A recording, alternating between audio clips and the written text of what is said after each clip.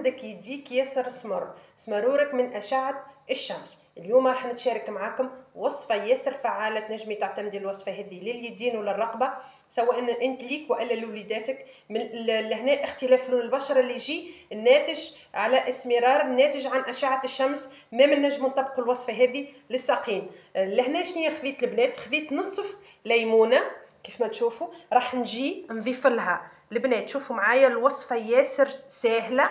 باش نجي نضيف للنصف الليمونة، راح نضيف لها الكركم طبيعي البنات، كركم طبيعي. راح نضيف لها قهوة سريعة الذوبان البنات. لهنا نطبق الكمية بشوي ومن بعد نضيف، راح نضيف لها كيف ما تشوفوا لهنا قهوة سريعة الذوبان.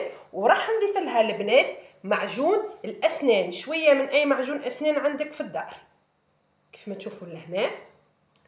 هذه الوصفة باش نجي البنات ونحاول اني نمزجهم هكا وباش نطبقهم كيف ما قلت لكم البنات.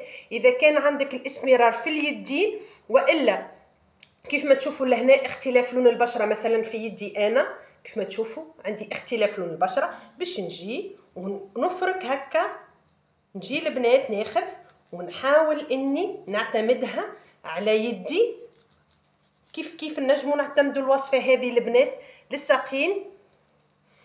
شوفوا البنات راهو الاسمرار نتاع اليدين يجي لاي انسان، يعني مش حاجه غير طبيعيه، الكلنا عندنا، لانه ديما بالاخص النساء المحجبات ديما عندنا اليدين متعرضه اكثر للشمس كيف ما تشوفوا لهنا.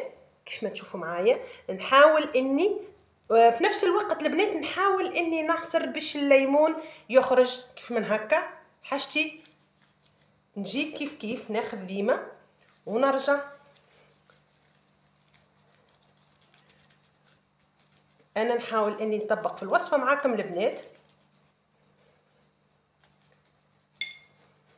هكا،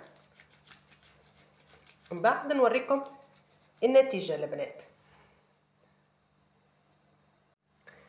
شوفوا البنات يدي من بعد ما غسلتها البنات، وهذا راهو لهنا الوصفه تنجمي تعتمديها كل يوم. شوفوا البنات هاو الفرق ظاهر، هاو البنات شوفوا نجمي تعتمديها كل يوم. ما تخافيش اذا بقالك الصفوريه كيف ما تشوفي عندي انا لهنا من الكركم البنات. هذا الصفوريه نتاع الكركم راهو من بعد تتنحى ما تبقاش برشا يعني. شوفوا بصح لكن شوفي الفرق البنات هاوكا. حاولوا انكم البنات تطبقوها كل يوم الوصفه. كيف ما قلت لك من الوصفات المزيانه واللي تساعد على تفتيح لون اليدين. ان شاء الله يا ربي نكون فدتكم بالوصفه. مرحبا بكم، مرحبا بتساؤلاتكم. اذا عندكم اي اقتراح خلولي في التعاليق.